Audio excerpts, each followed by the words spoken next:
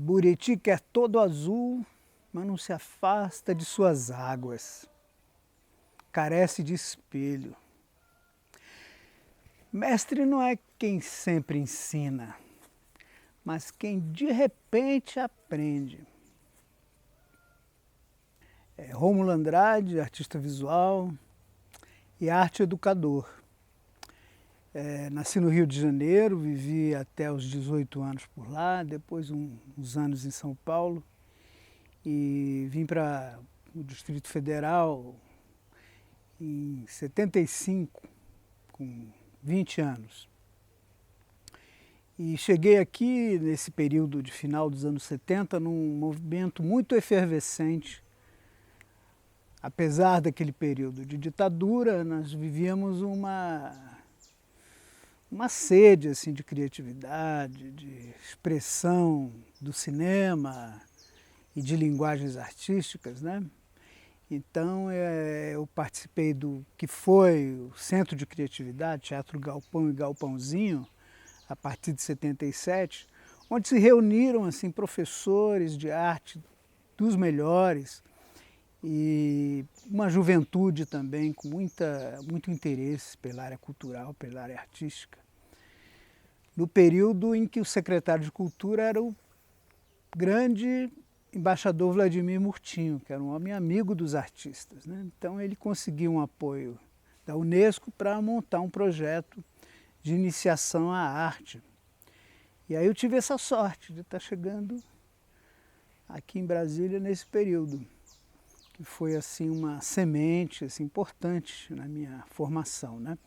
Então eu me desenvolvi como artista, com desenho, com a pintura, gravura, e sempre buscando uma maneira de não ficar restrito também a um ambiente tão elitista, tão voltado para espaço cultural, ou galeria de arte, ou a residência de algumas pessoas, procurando linguagens que pudessem chegar a um público mais amplo, né? E aí nesse movimento eu me aproximei da educação através da arte, fui trabalhar nas escolas, na rede de ensino, tentando dar uma contribuição, assim, mostrando o valor que tem a arte na formação das pessoas, né?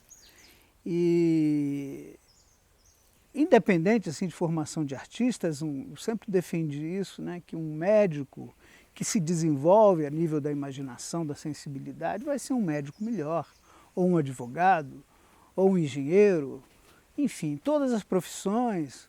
É importante o aspecto da criatividade e da imaginação, né?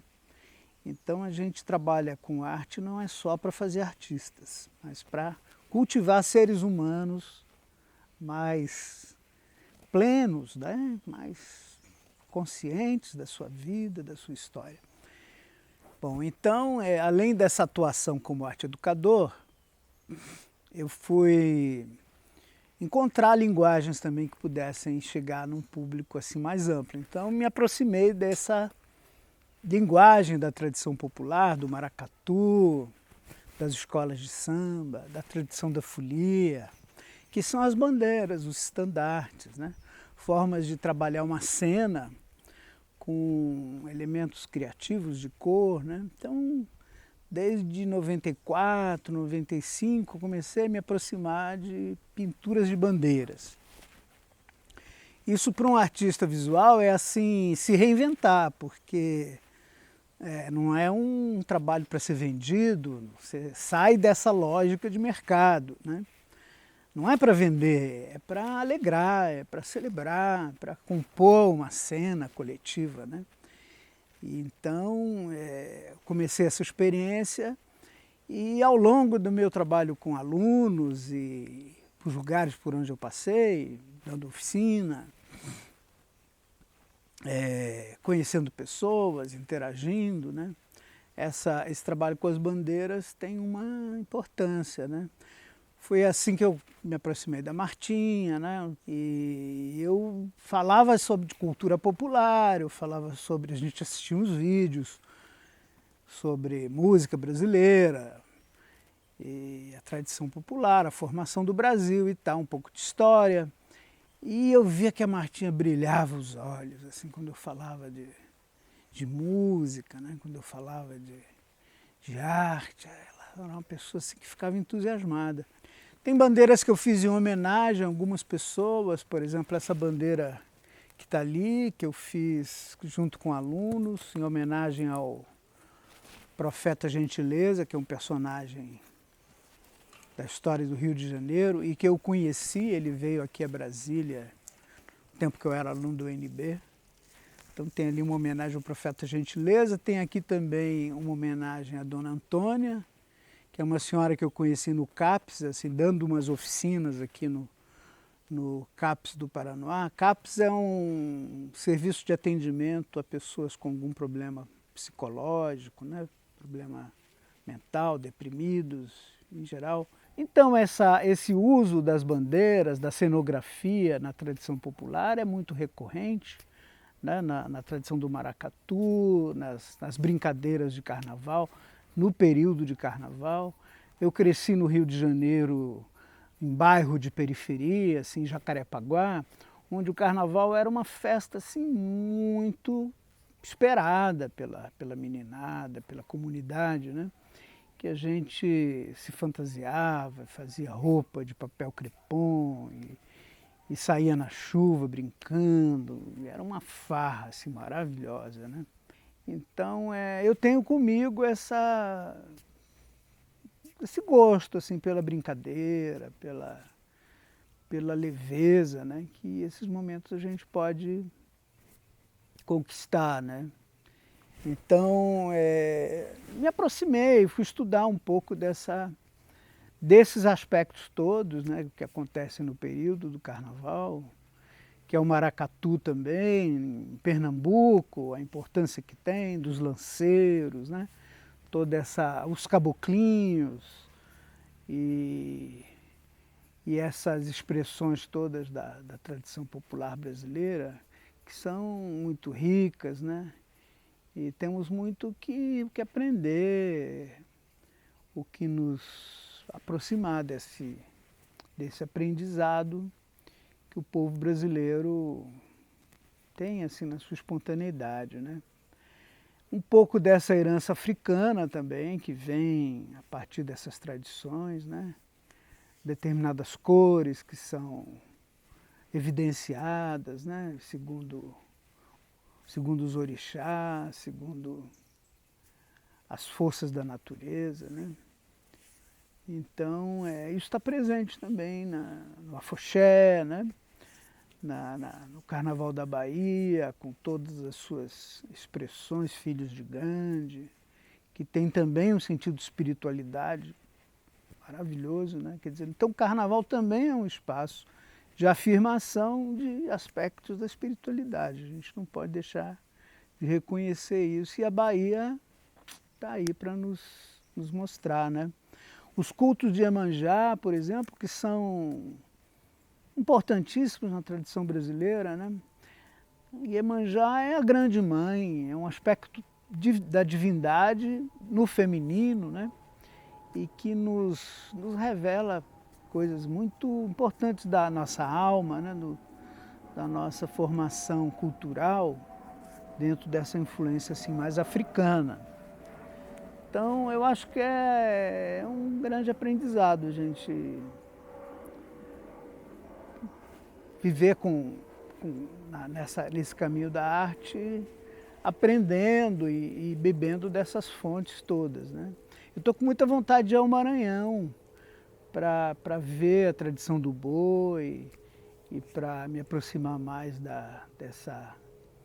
dessas manifestações também de África no Brasil, né, onde o Maranhão também tem uma expressão muito importante nos terreiros, na Casa Fante Achante, né, dos Baiãos de Princesa, que tem também uma beleza, assim, uma expressão muito rica. Bom, então falando um pouco assim de processo de criação, né, eu tenho assim, comecei a me dedicar assim, mais à arte desde os 15 anos, né? Então passei por um período assim muito ligado ao desenho, dos quadrinhos, das capas de disco que me encantavam nos anos 70, né? Depois vim me aproximando da pintura de uma maneira assim de pesquisa. Então aprendi a preparar meu suporte, fazer minhas tintas. Eu atualmente estou fazendo uma série de pinturas usando pigmento mineral, que é diferente de comprar tinta lá na loja, né? Você preparar a sua cor, você pode fazer uma pesquisa. Por exemplo, o Brasil é um país riquíssimo em termos de pigmentos minerais, que saem de Minas Gerais, e muitas vezes você vai comprar uma tinta inglesa ou produzida na França de um pigmento que saiu daqui, um amarelo, um vermelho terra, que saiu lá das montanhas de Minas. Isso acontece. Então eu fui aprender a fazer minha tinta. Então eu estou preparando uma série de pinturas com terras que eu trouxe da Chapada Diamantina, na Bahia, terras que vieram de Serra da Mesa, da Chapada dos Guimarães, Mato Grosso. Então, por onde eu ando, eu tenho um gosto assim por pedras de rio. Meu trabalho é muito ligado assim, a um olhar para a natureza, né? Então, os rios por onde eu passo, eu sempre procuro estudar e aprender deles. E trago uma pedrinha, alguma coisa que me traga uma lembrança daquele rio. E eu construo uns objetos também, que eu chamo de caixas de memória, né? Que são maneiras de trabalhar com objetos que a gente recolhe, que tem um significado afetivo para nós, né? E essas pinturas com terras que são bem interessantes. Aí vocês vão ver algumas imagens delas, né? A partir desse olhar assim, para o material em si, né? E eu tenho também, durante muito tempo, uma abordagem ligada à questão da água, né? A importância da água na natureza. Daí que me aproximei para esse estudo dos rios, né? E o ciclo da água no Cerrado, eu vivendo aqui no Cerrado há 45 anos, né? Então, aprendendo muito dessa região, né? Observar o período da seca, as cores, né? Que a gente observa na vegetação durante o período da seca, onde tudo se desidrata, né? Depois, quando vem a chuva, o verde que volta, as flores, as frutas, tudo que vem no período das águas também, né? Fui estudar alguns autores que nos aproximam dessa região, Guimarães Rosa, Carmo Bernardes, que é um escritor que nasceu em Minas, mas viveu em Goiás, e um grande estudioso do Cerrado também. Então, através dessas pessoas, e Paulo Bertrand, de quem eu cheguei a ser amigo, ilustrei alguns detalhes do livro dele, História da Terra e do Homem, no Planalto Central. Recomendo para o pessoal mais jovem esse livro, para se aproximar de um aspecto da eco-história aqui dessa região, né? Então, aprendi muito com esses autores e outros tantos também, compositores, poetas, músicos, né? Que evocam também aqui o aspecto cultural dessa região do Cerrado. Então, atualmente eu cheguei num espaço assim que eu chamei de a nação serratense. Então eu vivo na nação serratense, por acaso aqui próximo a Brasília, mas não se restringe a ela, né? Nós estamos falando aqui de uma região muito abrangente, né? Então estamos situados aqui no Planalto Central, que é uma área que inclui aqui Chapada dos Veadeiros, Pirinópolis, né? Todo esse entorno aqui de rios muito bonitos, de buritizais.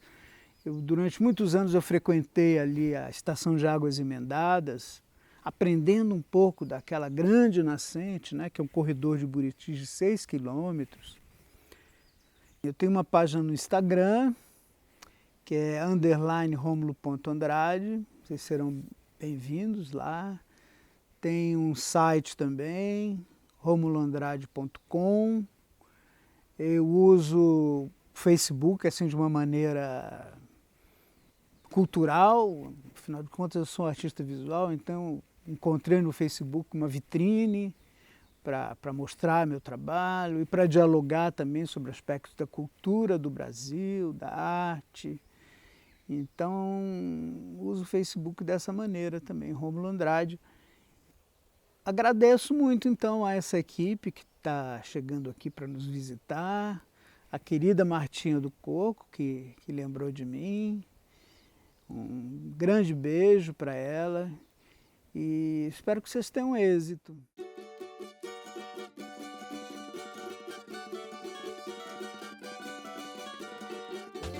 Hoje sinto a força que me invade, contagiando a cidade. Vai, meu samba, vai mostrar que é o fim do cativeiro, batuquinado do guerreiro. Nossos bambas ninguém há de segurar. Nessa noite nossa vila brilha, descer o lago em Brasília, saudar as co-irmãs com muito axé. Senhor, me dê força pra aguentar, ver minha escola desfilar. Não vou conter a emoção.